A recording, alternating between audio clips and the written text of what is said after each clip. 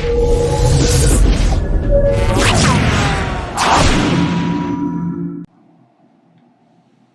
बच्चों, कैसे हैं आप सब लोग। आज हम अपना आईआर में इंडिया पाकिस्तान के रिलेशन की बात करेंगे। देखिए, इंडिया पाकिस्तान रिलेशन बहुत इम्पोर्टेंट रिलेशंस रखते हैं। एंड इंडिया पाकिस्तान रिलेशन इसलिए इम्पोर्टेंट है क्योंकि हमारा नेबर फर्स्ट पॉलिसीज़ में अगर किसी नेशन के साथ सबसे ज़्यादा हमें प्रॉब्लम रहेगी चाइना के साथ, तो वो इकलौता है पाकिस्तान, जिसके साथ अभी रिलेशन को इम्प्रूव करना थोड़ा मुश्किल है। और मुश्किल होने के कारण भी बहुत है। जो 2019 में हमने किया 370 और 35 पे हटाने के लिए, उसके साथ थोड़ी टेंशन्स और हमारी बढ़ गई। उसके बाद कुलभूषण जाधव जैसे इश्यूज हैं, प्रीवियस हमारी 4 बैटल्स हैं इनके साथ, तो बहुत सारी चीज़ें जो हमें देखनी है, जिसमें 2 फुल टर्म हैं और दो आपकी शॉर्ट टर्म है। तो एक 2 फुल फेज वॉर और शॉर्ट टर्म वॉर क्या होती है, ये भी आगे मैं डिटेल में बताता हूँ। तो आइए बिना देरी के अपने आईआर का ये लेक्चर स्टार्ट करते हैं। मेरा नाम सात्विक सर है। तो आप अगर कोई भी इश्यूज़ हों तो आप मुझे कमेंट में भी लिख सकते हैं, और लास्ट में इंस्टाग्राम का लिंक दिया हुआ है, तो आप चाहें तो मुझे फॉलो भी कर सकते हैं, और कोई भी इश्यूज़ हो तो आप मुझसे वहाँ पे भी डायरेक्टली पूछ सकते हैं। चलिए, स्टार्ट करने से पहले प्राप्त आईएएस आपके लिए लाया है ऑनलाइन कोर्स जो जूम पे चलेगा। डेली 2 घंटे आपकी लाइव क्लासेस चलेंगी, और उसके साथ बाकी भी चीज़ें हैं। देखिए, कोविड का टाइम चल रहा है, लोगों के पास फाइनेंशियल प्रॉब्लम्स हैं, तो 5,999 रुपये का रजिस्ट्रेशन देके आप अपना बैच एटलीस्ट स्टार्ट कर सकते हैं।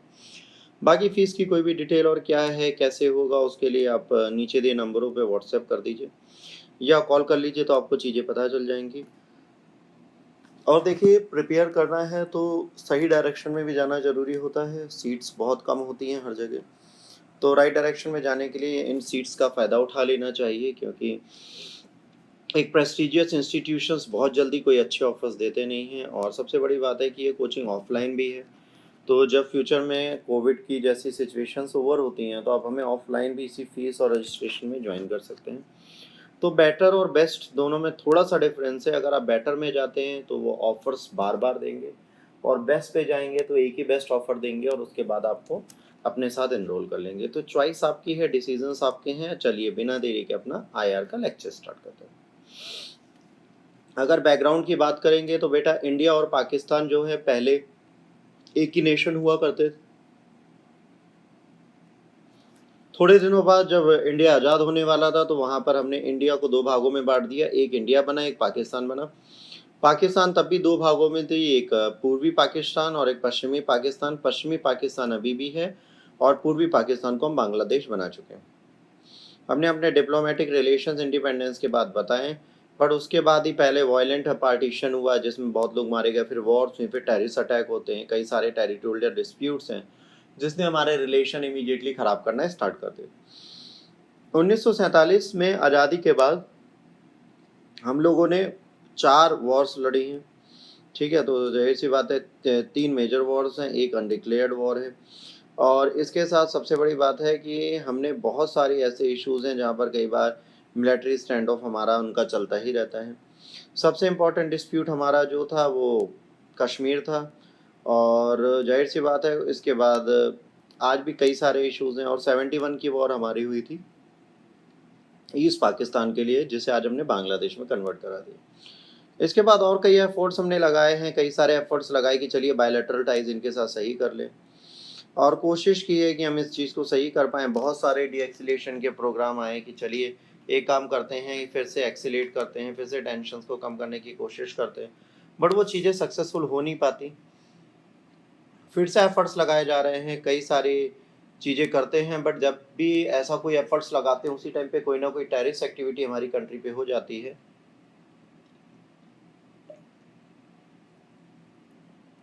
और हमारा जितना भी कॉन्सेप्ट या प्रोजेक्ट होता है, उसमें हमें इश्यूज आने लगते हैं, और हम उसे फिर से होल्ड कर देते हैं। देखिए, मेजर वॉर्स में अगर पाकिस्तान के साथ हम बात करें बेटा, तो हमारे कॉन्फ्लिक्ट में 4 मेजर वॉर हुई, जिसमें पहली हुई इंडो पाकिस्तान वॉर 47-48। आज़ाद होने के तुरंत बाद 2 इंडिपेंडेंट नेशंस में एक वॉर स्टार्ट हो गई। ये वॉर बेटा स्टार्ट हुई थी प्रिंसली स्टेट के लिए। एक प्रिंसली स्टेट रह गया था। देखिए, जब देश आज़ाद हुआ उस टाइम पे हर प्लेस हमारे लिए फ्री नहीं था, समझिएगा। जब हम लोग आज़ाद होते हैं तो बहुत सारे प्रिंसली स्टेट्स ऐसे होते हैं जिनको फ्री रख दिया जाता है और ये कहा जाता है कि आप भाई फ्री रहिए, आप डिसाइड करिए कि आप इंडिया में जुड़ेंगे कि पाकिस्तान में, या फ्री रहेंगे। तो इसमें J&K एक ऐसा स्टेट बनता है, इसमें आपको मैं जूम करके दिखा दे रहा हूँ। इसमें J&K एक ऐसा पार्ट बनता है बेटा जो इस टाइम पे कोई भी रोल प्ले नहीं करना चाहता, और ये जो पूरी टेरिटरी थी, ये पूरी टेरिटरी फ्री रहना चाहती है और कहती है हम इंडिपेंडेंट नेशन की तरह रहेंगे। इसी टाइम पे यहाँ पर बैठे होते हैं राजा हरी सिंह। तो राजा हरी सिंह बैठे हुए होते, इंडिया कई एफर्ट्स लगाता है कि भाई आप हमारे साथ मर्ज हो जाइए, आपकी स्ट्रेटेजिक लोकेशन सही नहीं है, आपका मर्ज होना जरूरी है।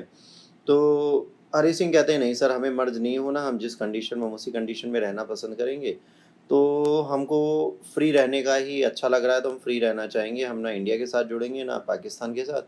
फ्यूचर में देखेंगे, अगर हमें किसी के साथ जुड़ना होगा तो हम डिसाइड करेंगे, बट अभी करंट सिचुएशन में हम किसी के साथ ऐड नहीं होना चाहते। अच्छा, इंडिया ने कहा ठीक है साहब, आपकी मर्जी है।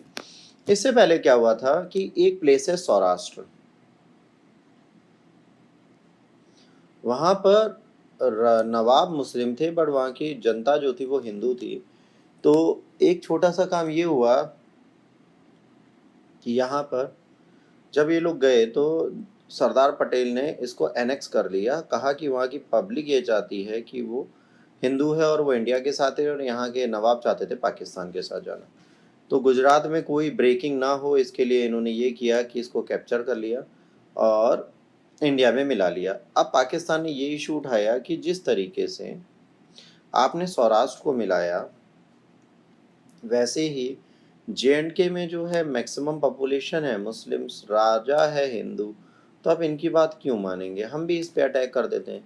तो इन्होंने छोटा सा काम किया, 1925 नवंबर को इन्होंने एक बैटल स्टार्ट किया, और उस बैटल के बाद चीज़ें बढ़ती चली गई, बढ़ती चली गई, बढ़ती चली गई, और अगर आप मैप पे ध्यान से देखेंगे तो तकरीबन पाकिस्तान इन सारे स्कल्स तक पहुंच चुका था, इतनी बेल्ट वो ऑलरेडी कैप्चर कर चुका था। अब थोड़े दिन और बचता तो वो श्रीनगर, जम्मू सब कैप्चर कर लेता। अब यहाँ से इनको थोड़ा डर लगा, भाई श्रीनगर इतना रह गया था, जम्मू इतना रह गया था, तो इन्होंने कहा अब क्या करें। तो इन्होंने इंडियन गवर्नमेंट से बात की, इन्होंने नेहरू से कहा हमारी मदद करो। नेहरू ने कहा भाई देखो, हम मदद तो आपकी ज़रूर कर देंगे, बट प्रॉब्लम ये है कि हम मदद उसी की कर सकते हैं ना जो हमारी कंट्री का पार्ट हो। भाई आप हमारी कंट्री के पार्ट नहीं है तो हम आपकी मदद कैसे करें। तो राजा हरी सिंह आते हैं और हरी सिंह ये कहते हैं कि चलिए सर, हम आपकी ट्रिटी ऑफ एक्सेशन साइन करते हैं, और जिसे इंस्ट्रूमेंट ऑफ एक्सेशन बोलते हैं, इसको साइन करते हैं, और आप प्लीज़ हमें हेल्प कर दीजिए। तो हरी सिंह एक्सेप्ट कर लेते हैं इंडिया में जुड़ने का, और तभी माउंटबेटन और जवाहरलाल नेहरू इस चीज़ की परमिशन दे देते हैं, और इंडियन आर्मी मार्च कर जाती है J&K को, एयरलिफ्ट कराई जाती है J&K को बचाने के लिए, और फिर ये अपनी बैटल स्टार्ट कर देते हैं। अब ट्रूप इंडिया की आर्मी की इनको बचाने पे लग जाती है और सक्सेसफुली बैटल को ख़त्म कर देती है। 1948 स्टार्ट होते होते 1948 स्टार्ट होते होते बैटल तो ख़त्म हो जाती है, और J&K का इशू भी हमारे हाथ में आ जाता है। बट उस टाइम पे एक इशू रह जाता है, वो छोटा सा इशू ये होता है बेटा कि जो भी इन्वेजन पाकिस्तान ने किया था उसमें से 2/3 तो इंडिया के पास रह जाता है, और तकरीबन 1/3 के अप्रॉक्स जो बचता है वो कौन ले जाता है, वो पाकिस्तान ले जाता है और उसको आज़ाद कश्मीर बोल देता है। और जो हमारे पास रह जाता है उसमें कश्मीर वैली, जम्मू एंड लद्दाख रह जाता है, बाकी सारी चीज़ें हमारे यहाँ से चली जाती हैं। इसके बाद माउंटबेटन साहब विज़िट करते हैं पाकिस्तान, और पाकिस्तान में जाके कहते हैं कि मैं इनसे बात करके आता हूँ। तो पीसफुली बात करने जाते हैं, तो वहाँ पर पाकिस्तानी गवर्नमेंट जो होती है वो इनसे रूडली बात करती है और इनको हेल्प नहीं देती, कहती है नहीं, हमें पीसफुल सॉल्यूशन नहीं चाहिए, पूरा J&K चाहिए। तो माउंटबेटन अब एक मूड में आए थे कि ये जो पार्ट है ये हम इंडिया को ही देंगे। तभी इंडिया ये डर जाता है कि अगर माउंटबेटन वहाँ पे कोई भी रिलेशन बना के आ जाते हैं या कोई भी टाई अप कर आते हैं तो मेरे लिए दिक्कत होगी। तो जवाहरलाल नेहरू अपनी मिनिस्ट्रीज की कुछ ऑफिसर्स की राय पर ऑल इंडिया रेडियो पे एक स्पीच दे देते हैं कि J&K को हम पीसफुल स्टेट बनाने की कोशिश करेंगे, उसके बाद वहाँ के पीपल्स के साथ हम प्लेबिससिट करेंगे, मतलब जनमत संग्रह करेंगे, और ये देखेंगे वो इंडिया में जाना चाहता है पाकिस्तान में तब तक हम सिर्फ इतना करेंगे कि हम पीसफुली इसको प्रोटेस्ट करें और पीसफुली इसे मेंटेन करें और इसकी सरगम यहाँ पर एक शांति स्थापित कर दें। और इस बात को ये कहाँ उठा देते हैं, यूनाइटेड नेशन। तो थर्ड पार्टी ऑब्जर्वर बन जाता है यूनाइटेड नेशन। बस यहीं से एक इश्यूज आ जाते हैं, जो इंडिया का मर्जर स्टेट है, उसके मर्जर के बाद भी हम उसको अपने स्टेट में नहीं मिला पाते और यहाँ से मैटर थोड़ा बढ़ता है और वो हमें नुकसान करता है काफ़ी दिनों तक। फिर कॉन्स्टिट्यूशन में हम इसके लिए एक स्पेशल आर्टिकल बनाते 370 और 35 से, जिसके थ्रू JNK को इंडिया में रहने के बाद भी स्पेशल स्टेटस मिल जाता है। ये सारे कुछ ऐसे इश्यूज होते हैं जो कहीं ना कहीं हर्ट करते हैं सबके सेंटीमेंट को। बट अब जब नेहरू जी ये बोल ही चुके थे तो इसका कोई ऑप्शन ही नहीं था। इसके बाद इंडो पाकिस्तान वॉर होती है 1965। 1965 में फिर से वॉर होती है। देखिए, इससे पहले एक मैजिक ये हुआ था कि 1965 से पहले इंडिया और चाइना में 1962 में वॉर हो चुकी थी, जिसे इंडिया हार चुका था। तो पाकिस्तान को ये लग रहा था भाई इंडिया इस कंडीशन में तो है नहीं कि चीज़ें जीत पाए, तो ये वेस्ट पाकिस्तान से full scale military war start कर देते हैं, है ना, जिसे क्या बोलते हैं, गिब्राल्टार। तो ये स्टार्ट होता है ऑपरेशन गिब्राल्टार होता है, जिसके थ्रू ये अटैक कर देते हैं JNK पे दोबारा। तो जाहिर सी बात है, जब ये अटैक होता है तो दोनों साइड बहुत ज़्यादा कैजुअलिटीज़ होती हैं और ये लार्जेस्ट इंगेजमेंट है वर्ल्ड वॉर सेकेंड के बाद, जब लार्जेस्ट टैंक बैटल्स और व्हीकल्स, आर्मर्ड व्हीकल्स को एक दूसरे के बॉर्डर पे लगाया गया था। बाद में ये मैंडेशन होता है, बीच में सीज फायर कराने UN आता है और डिप्लोमेटिक इंटरवेंशन होता है, रशिया का फॉर्मर और USA का, ये दोनों आते हैं और ये सारा इशू फिर डिक्लेरेशन होता है और ताशकंद जाके इसको सेटल किया जाता है। ताशकंद जब हम जाते हैं तो वहाँ पर JL नेहरू को लाल बहादुर शास्त्री जी की डेथ हो जाती है। लाल बहादुर शास्त्री की आपको यहाँ पे एक इमेज दिख रही होगी, अगर आप ध्यान से देखेंगे, ये देखिए लाल बहादुर शास्त्री साहब यहाँ पे जाते हैं, हिंदी चीनी भाई भाई का नारा जैसे नेहरू जी ने दिया था, ये देते हैं जय जवान जय किसान, और हमारे जवानों को बहुत मोटिवेट करते हैं। और पाकिस्तान डिफेंस डे 6 सितंबर 1965 को मनाया जाता है, तो एक बहुत इंपॉर्टेंट चीज़ ये भी है। तो जाहिर सी बात है, पाकिस्तान ने फिर से कोशिश की कश्मीर को आज़ाद कराने की, ऑल्दो कश्मीर को आज़ाद नहीं करा रहे थे, कोई और कहानी थी, बट बैग्ड थे चाइना के थ्रू, तो चाइना इनको साथ दे रहा था, तो ये बैटल भी ख़त्म हो जाती है। इसके बाद 1971 आता है बेटा। 1971 में हमारी आर्मी के साथ इनकी बैटल स्टार्ट होती है और ये बैटल स्टार्ट होती है ईस्ट पाकिस्तान की क्राइसिस के लिए। तो पाकिस्तान आर्मी का ऑपरेशन होता है ऑपरेशन सर्च लाइट। तो वहाँ से ये बांग्लादेश में जाते हैं, वहाँ पे पॉलिटिकल राइज होती है, सिचुएशन को आउट ऑफ कंट्रोल कर देते हैं, वहाँ पे बहुत सारी पॉपुलेशन जो होती है रिबेल करती है। जब ये कंडीशन बिगड़ती है, बहुत सारे रिफ्यूजीज इंडिया में आ जाते हैं, तो इंडिया की बाउंडेशन आ जाती है। जब इनके आगरा वाले एयरबेस पे अटैक कर देते हैं, तो अनडिक्लेयर्ड वॉर में अब इंडिया को भी जुड़ना पड़ता है और 13 दिन में ये बैटल इंडिया ख़त्म कर देती है। चलिए देखते हैं बर्थ ऑफ बांग्लादेश क्या है। इंडिया बांग्लादेश की वॉर जो है 1971 में 3 दिसंबर को स्टार्ट हुई थी और 16 दिसंबर को ख़त्म हो गई थी, इसीलिए 16 दिसंबर को हम लोग विजय दिवस के रूप में मनाते हैं। यहाँ पर क्या हुआ था, जब देश हमारा आज़ाद हुआ तो 2 कंट्रीज़ बनाई गई थी, पाकिस्तान एक ईस्ट और एक वेस्ट। पाकिस्तान की ईस्ट जो पाकिस्तान है वो क्या था, बंगाली प्रोविंस से हटा था, तो यहाँ पर बंगाली बोली जाती थी, यहाँ की गवर्नमेंट थोड़ी अलग तरीके की थी। बट वेस्टर्न पाकिस्तान क्या करता था, ईस्टर्न पाकिस्तान को एज अ कॉलोनी रख रहा था और इसके चीज़ों को कंट्रोल करने की कोशिश करता था। और यहाँ पे लैंग्वेज जो थी वो बंगाली बोली जाती थी, तो इन्होंने कल्चर को इम्पॉर्टेंट रखने के लिए इन्होंने कहा कि अब बंगाली ऑफिशियल लैंग्वेज नहीं होगी, वहाँ पर अब उर्दू भी चलेगी। शेख मुजीबुर रहमान बेटा वहाँ के नेशनलिस्ट लीडर थे, इन्होंने 6 पॉइंट प्रोग्राम लाया ऑटोनॉमी ऑफ ईस्ट पाकिस्तान का। 1970 में फिर बेटा इलेक्शंस होते हैं, मुजीबुर रहमान की पार्टी जीत जाती है, ठीक है, ईस्ट पाकिस्तान अवामी लीग जीतती है ना, 2 सीटें सिर्फ खोती है और 169 सीट्स में से 167 सीट पा लेती है। ये विक्ट्री क्लियरली बता देती है कि सिंपल मेजोरिटी देती है, सेंट्रल पाकिस्तान असेंबली को बता देती है कि भाई हम बहुत इंपॉर्टेंस रखते हैं। वेस्ट पाकिस्तान इसको अलाउ ही नहीं करता मुजीफिल को गवर्नमेंट बनाने के लिए, बल्कि मिलिट्री क्रश करके वहाँ पर ईस्ट पाकिस्तान में आर्मी लगा देता है। ईस्ट पाकिस्तान के ने मुजीबुर रहमान को कैद कर लेते हैं और वहाँ पे एक आर्मी जाती है जो वेस्ट पाकिस्तान, हाँ, तीगा खान उस टाइम पे चला रहे होते हैं, तो वो आर्मी को भेज देते हैं, है ना। तो वहाँ जब वो जाती है तो वो बहुत बुरी कंडीशन करती है, तो वहाँ पर बहुत सारे लोगों को मार दिया जाता है, कई लोगों का रेप कर दिया जाता है। तो जाहिर सी बात है मुजीबिर अरेस्ट कर लिए जाते हैं, पाकिस्तान ले जाते हैं। साइबर अलामी लीडर्स होते हैं जो इंडिया में चले आते हैं प्रोटेक्शन के लिए, बहुत सारे रिफ्यूज़ीज होते हैं जो इंडिया में आ जाते हैं और कंडीशन बिगड़ने लगते हैं।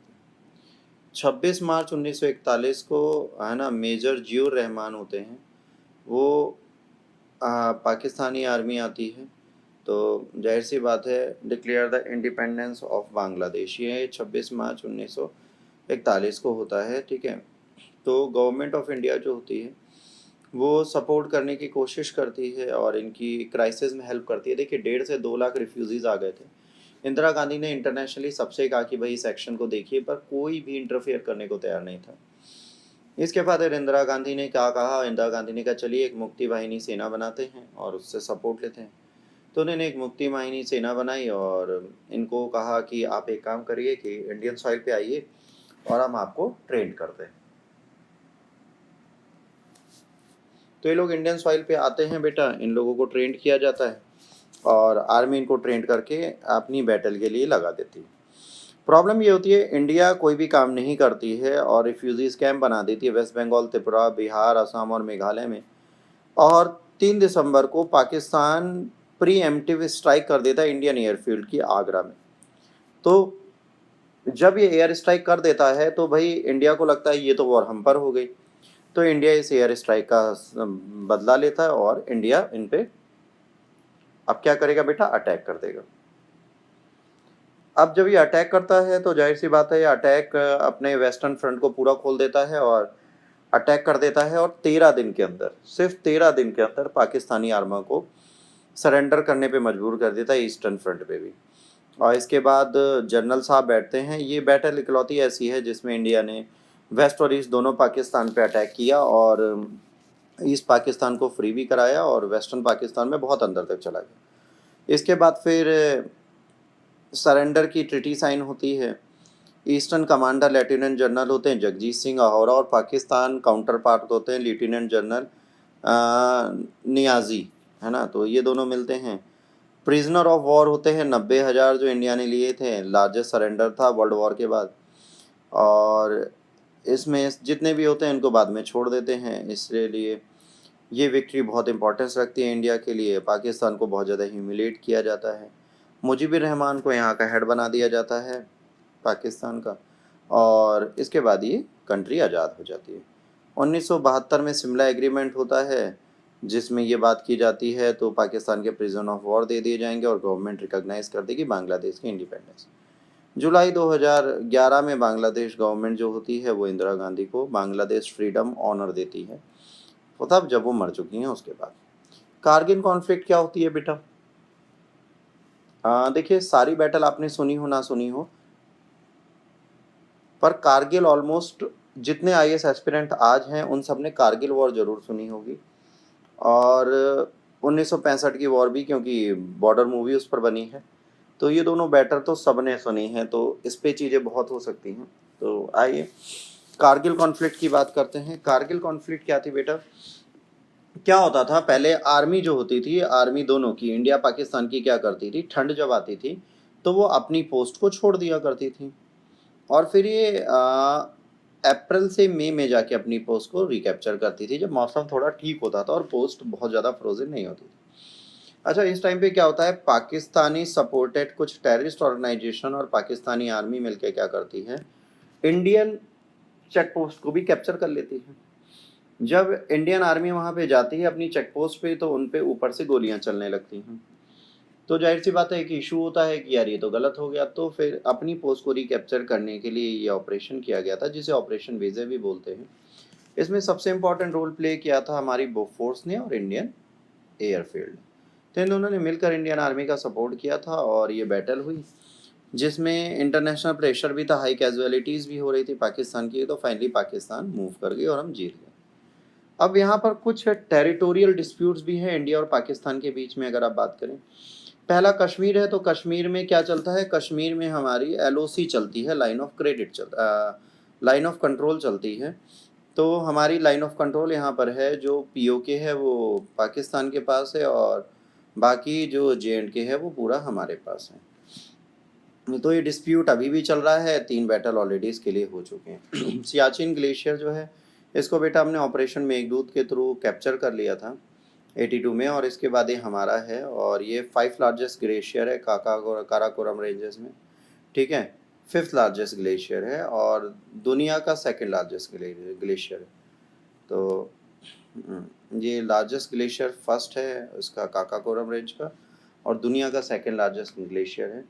और सियाचिन ग्लेशियर में डिस्प्यूट जो है वो इंडिया पाकिस्तान पर है। देखिए मान लीजिए ये सियाचिन ग्लेशियर है, ठीक है, ये ऐसे बना हुआ है, तो यहाँ पर इंडिया रहती है ऊपर वाले फ्रिंजेस पे, और इस जगह कहीं कहीं पाकिस्तान रहती है। तो सियाचिन ग्लेशियर का इशू आज भी है।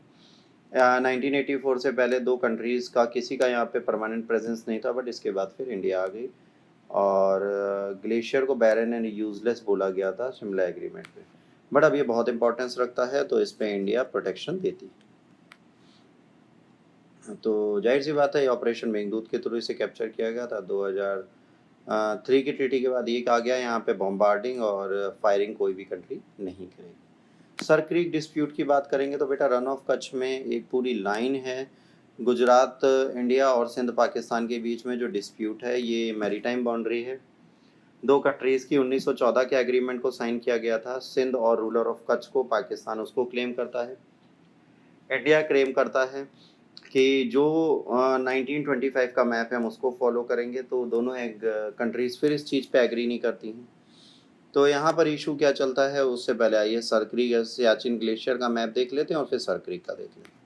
देखिए सियाचिन ग्लेशियर है, ये एक छोटा सा पार्ट है जिसके बारे में बात चलती है, ठीक है बेटू। तो ये आपका सियाचिन ग्लेशियर है, ये देखिए, ये आपका छोटा सा सियाचिन ग्लेशियर का पार्ट है। ये आपका पाकिस्तान है, ये आपका इंडिया है, ये आपका स्काई चीन है, ये वो प्लेस है जिसको इन्होंने बेच दिया है इसको। तो सियाचिन ग्लेशियर के पास से सीपेक भी जा रही है, तो ये बहुत ज़्यादा स्ट्रेटेजिक इंपॉर्टेंस रखता है। और अस्काई चीन जो चाइना ऑक्यूपाइड है कश्मीर, इसके साथ भी प्रॉब्लम है कि वो भी सियाचिन ग्लेशियर के पीछे पड़े, तो इंडिया इस पे अपनी कंट्रोल को कभी खोना नहीं चाहता और इसको फुल्ली कंट्रोल रखता है।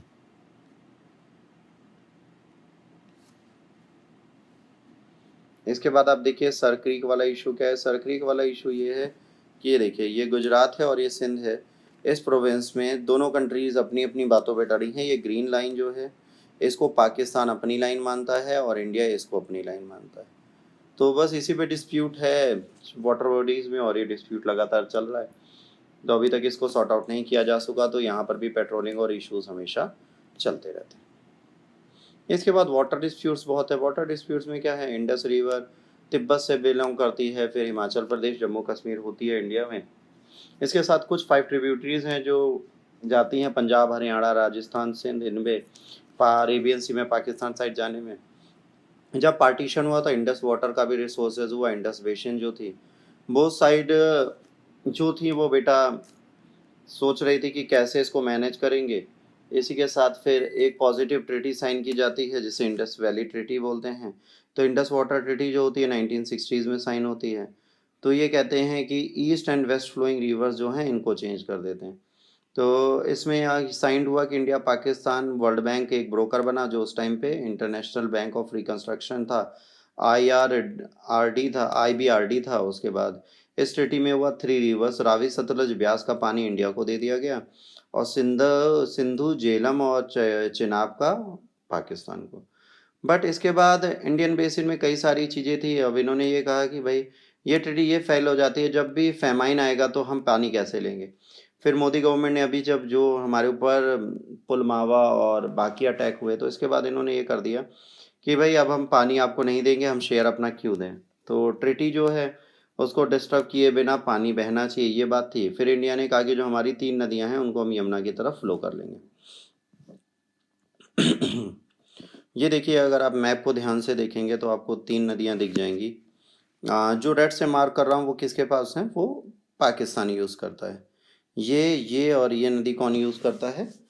पाकिस्तान यूज़ करता है। अब देखिए, जो बाकी बची हैं वो कौन यूज़ करेगा? वो हम यूज़ करेंगे।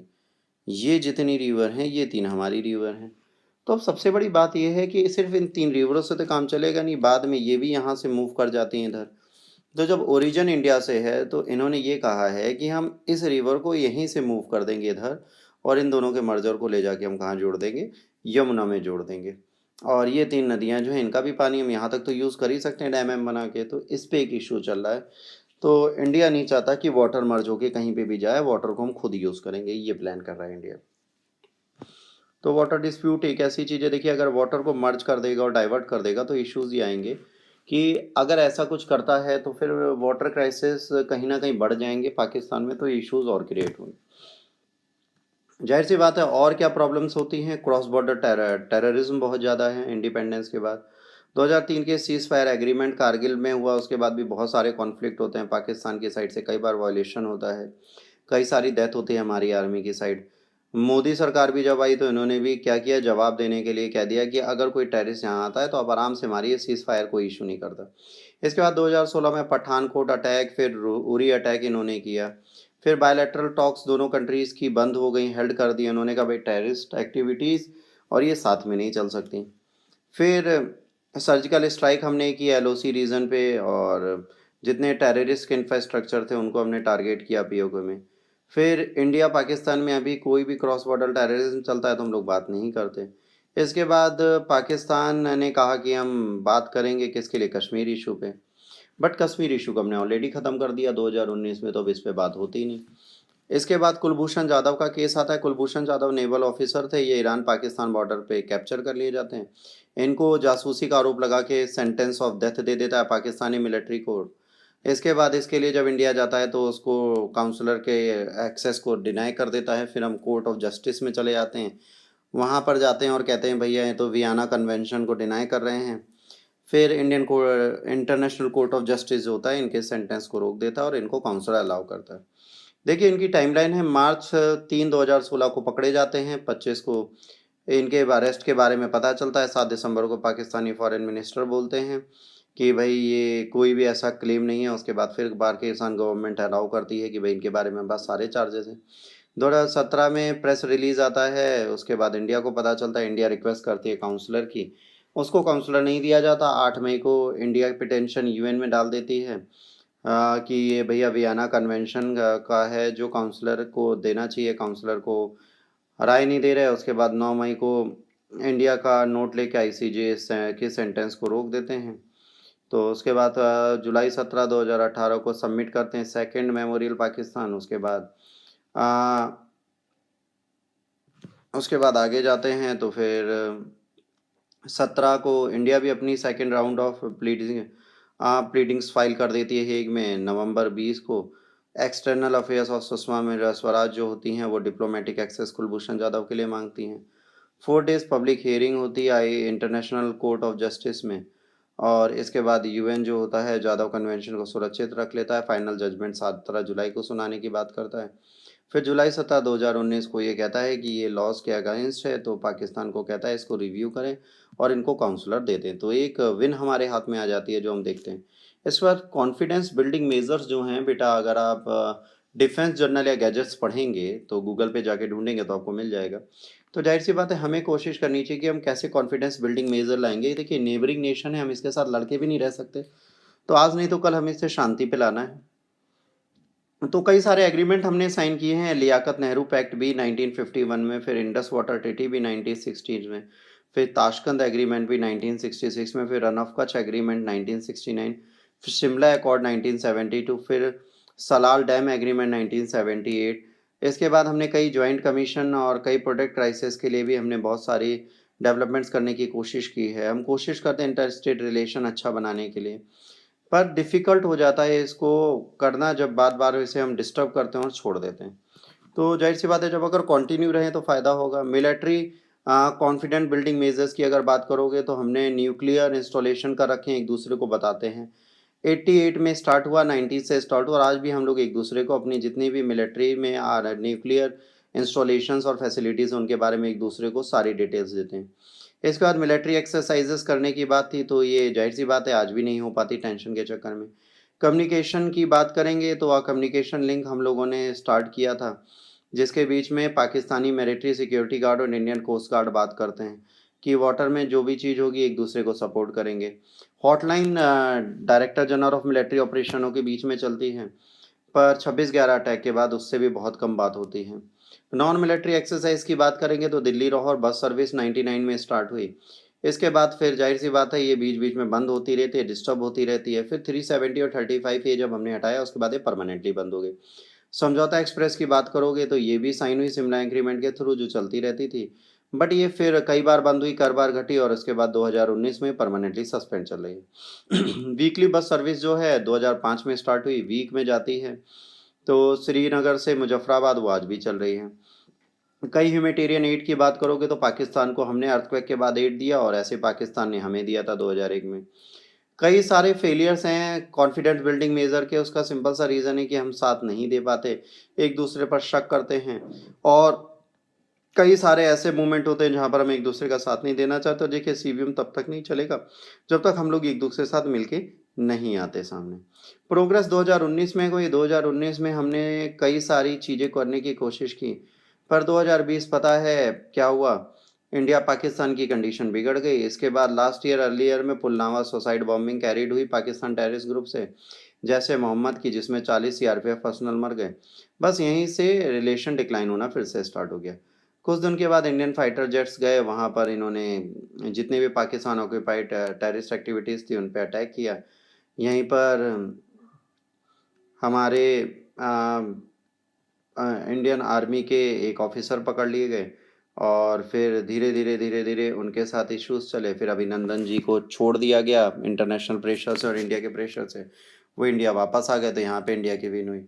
इसके बाद अभी इन्होंने करतारपुर कॉरिडोर खोला, तो वो एक इम्पॉर्टेंट रिलेशन बनाता है। बाकी जब अमेंडमेंट हुआ 370 और 35 है, बस वहाँ से पाकिस्तान का डिमांड JNK से हट गया, तो जाहिर सी बात है ये हुआ और बालाकोट स्ट्राइक हुई। इसके बाद सारे रिलेशन दोनों के हट गए, हाई कमीशन को सस्पेंड कर दिया गया, सारे ट्रेड रिलेशन बंद कर दिए गए और भगा दिया गया। इंडिया ट्रेड रिलेशन बहुत बुरी तरह कर रहे हैं, तो इंडिया ने भी कहा कि अगर कोई भी कंट्री में पाकिस्तान का सामान आता है तो 200% इम्पोर्ट ड्यूटी लगेगी। इसके बाद पाकिस्तान मजबूर हो गया, थोड़े दिनों बाद फोर्स हो गया अलाउ करने के लिए मेडिसिन फ्रॉम इंडिया, क्योंकि provide to relief to its patients, है ना। जब कई सारी ऐसी चीज़ें हुई तो उनके पेशेंट्स को रिलाई करने के लिए हमने मेडिकेशंस के लिए उन्होंने कहा और हमने उन्हें देना स्टार्ट कर दिया।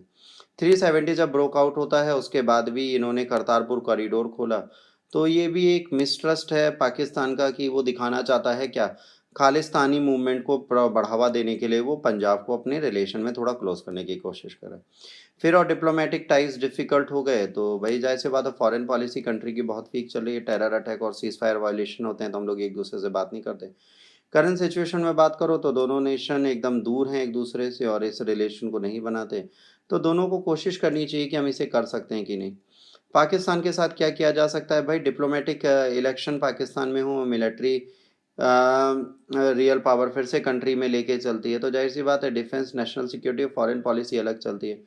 पाकिस्तान मिलिट्री जो है वो नेशनल पॉलिटिकल इंस्टीट्यूशन में डिसीजन मेकर मैक्सिमम कौन है ये देखना पड़ेगा, तो उनकी बात है। पाकिस्तान के पास हेल्थ, एम्प्लॉयमेंट, एजुकेशन के लिए कोई भी अच्छी कंडीशंस नहीं है, तो हम लोगों को अगर रिलेशंस अच्छे बनाते हैं तो हम कोशिश करेंगे कि इसको हम कैसे अच्छा कर सकते हैं। पाकिस्तान इंटर सर्विस इंटेलिजेंस जो ISI है इसके आर्म फोर्सेस में हैं और एक्यूज़ करते हैं कि भाई वो लोग क्या करते हैं, ISI क्या करता है, मिलिटेंट ग्रुप को आर्मी ट्रेन करती है, ये सारी चीज़ें चलती हैं।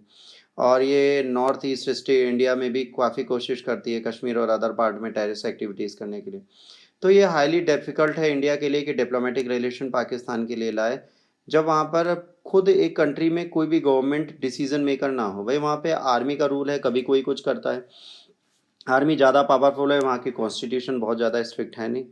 तो स्ट्रॉन्ग पॉलिटिकल रिफॉर्म्स होने चाहिए पाकिस्तान में, वेलफेयर पाकिस्तानी नेशनल्स का होना चाहिए और वही है जो इंडिया के साथ इनका रिलेशन इम्प्रूव कर सकता है। देखिए people to people relation improve करना ज़रूरी है। ये इम्प्रूव तभी होंगे जब जो हेटनेस है, वो स्टीरियोटाइप है जो हम अपने इंडिया में पढ़ते हैं और वो अपने पाकिस्तान में पढ़ते हैं, उसको हटाएं। पॉलिटिक्स मूव गेम्स को हटाकर अगर दोनों नेशन एक दूसरे के वेलफेयर और पीस की बात करें तो शायद हेल्प हो जाए। दो कंट्रीज में वीज़ा जो है उनके बारे में देखा जाए, सिक्योरिटी ऑफ टूरिस्ट रखी जाए, स्टूडेंट फैकल्टी बनाई जाए चेंजेस के लिए, प्रोफेशनल्स को इनवाइट किया जाए, इंटेलेक्चुअल्स आर्टिशियंस, इन सब के इवेंट्स प्रमोट किए जाएं तो बायलैटरल टाइप से शायद हम कुछ कर पाएँ। प्रमोट करें ट्रेड। भाई पाकिस्तान की भी मार्केट बहुत बड़ी है तो नॉन ट्रैफिक बैरियर्स होने चाहिए और हम ट्रेड करें, डीटीएस को काउंट करें, कम करें और इम्प्रूव करें कस्टम क्लियरेंस। देखिए अगर हम कोशिश करेंगे एक दूसरे के साथ रहने के लिए तो हो सकता है। भाई चाइना से हमारी कितनी टेंशन्स चलती हों बट उसके बाद भी हमारा ट्रेड रिलेशन और पीपल टू पीपल रिलेशन अच्छा इसलिए है क्योंकि business to business and people to people relation अच्छा है, क्योंकि वहाँ से हम बहुत चीज़ें लेते हैं और ट्रेड रिलेशन हमारे ख़राब नहीं हो सकते। तो हमें कुछ ऐसा करना चाहिए कि हम पाकिस्तान में भी मार्केट बना ले, सॉफ्ट डिप्लोमेसी चलानी चाहिए हमको। हमको कई ऐसे पॉलिटिकल वैल्यूज़ और फेवरेबल फॉरेन पॉलिसीज़ लानी चाहिए जो दोनों कंट्री के लिए काम करे। वाटर ट्रीटी जो है उसको देखना चाहिए, हाइड्रो डिप्लोमेसी लानी चाहिए, ठीक है? और वाटर ग्रिड बनाने चाहिए ताकि, है ना, between their territories to address the water problems in the region. Water grid बना दो तो भी फ़ायदा होगा। कल्चर डिप्लोमेसी यूज़ करनी चाहिए कि भैया हमारा और तुम्हारा कल्चर सेम है, तुम भी आम खाते हो हम भी आम खाते हैं, तुम भी जलेबी खाते हो हम भी जलेबी खाते हो, तुम भी रसगुल्ले हम भी रसगुल्ले, तुम भी बिरयानी हम भी बिरयानी, तुम भी चिकन मसाला खाते हो हम भी मुगलई चिकन मसाला खाते हैं। तो जाहिर सी बात है ये चीज़ भी कहीं ना कहीं काम करेगी, सोशियो कल्चरल चीज़ों को देखें, इंडिविजुअल इंटरेस्ट को प्रमोट करें। इसके बाद क्रिकेट डिप्लोमेसी बहुत इंपॉर्टेंस रखती है जो हम यूज़ करते थे, इसको कर सकते हैं। देखिए पीपल टू पीपल रिलेशन अगर बढ़ा लेंगे तो हमें फ़ायदा होगा। इसके बाद cooperation on to address common issues जो उसके लिए हम दोनों को एक दूसरे के साथ बैठना पड़ेगा। For instance Pakistan has sought import chemicals from India to fight imminent locust attack. भाई जाहिर सी बात है लॉकटस अटैक हुआ तो इंडिया ने हम ही से केमिकल लिए और हमें भी लॉकटस अटैक फील करना पड़ा। क्लाइमेट चेंज दोनों के लिए बहुत बड़ा इशू है जिसके लिए हम लोग एक दूसरे के साथ खड़े हो सकते हैं, ठीक है? इसके साथ अनएम्प्लॉयमेंट उनके यहाँ भी है हमारे यहाँ भी है, ठीक है? बायलैटरल रिलेशन इंप्रूव करने से थोड़ा फ़ायदा होगा। इसके बाद social issues, child marriage, illiteracy, disease, discrimination, exploitation, employment, poverty, ये हम दोनों कंट्रीज़ का है। तो अगर हम दोनों एक दूसरे के साथ होते हैं, कोएग्जिस्ट जितनी प्रॉब्लम उनको साथ में मिलके कर सकते हैं। इसके बाद इंडिया और पाकिस्तान में सबसे इम्पोर्टेंट है सीपेक। सीपेक जो है ये चाइना पाकिस्तान इकोनॉमिक कॉरिडोर है जो मल्टी बिलियनियर डॉलर का प्रोजेक्ट है। 1124 मेगावाट पावर प्रोजेक्ट भी है।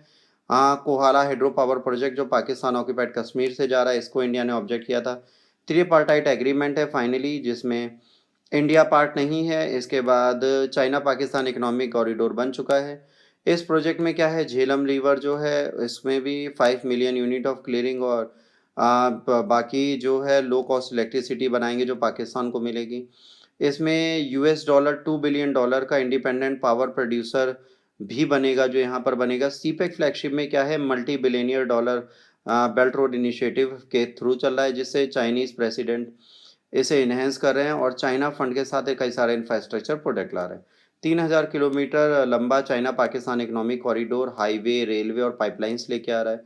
तो ये क्या कर रहा है, city of Gwadar south west Pakistan में जो है उसको north west western region Xinjiang से जोड़ेगा जिसका नेटवर्क में हाईवेज और रेलवेज होंगे।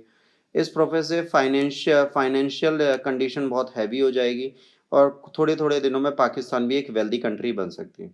जाहिर सी बात है इससे क्या होगा, अगर पाकिस्तान भी वेल्दी हो जाती है, जो हाइड्रो पावर प्रोजेक्ट्स वगैरह चल रहे हैं वो कहीं ना कहीं फ़ायदा ही देगा पाकिस्तान को। तो पाकिस्तान में ये सारी चीज़ें होती हैं तो दिक्कत होगी।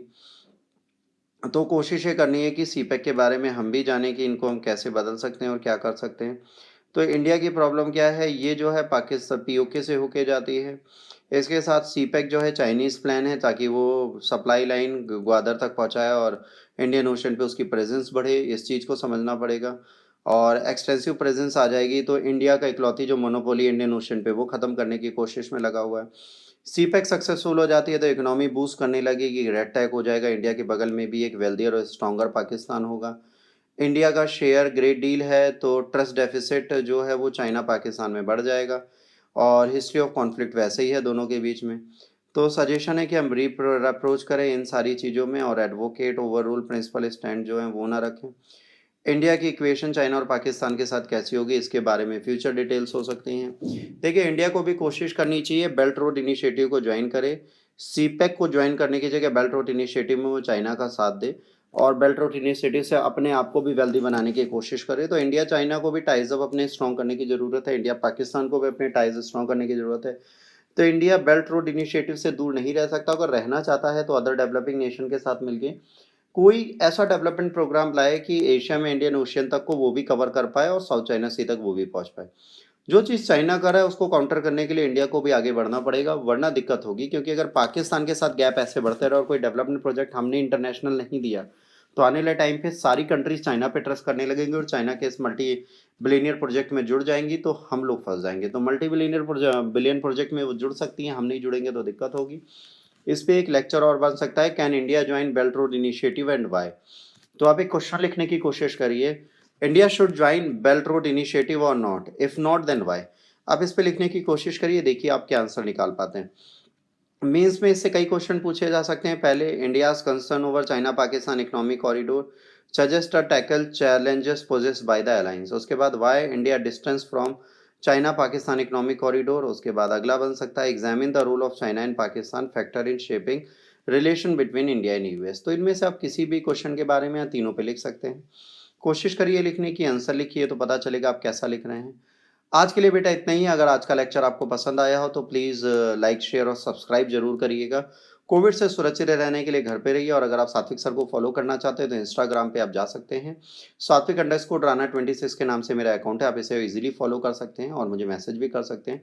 टाइम मिलेगा मैं 100% आपको जवाब दूंगा। Bless you all, God bless, take care, stay blessed and be safe and at home.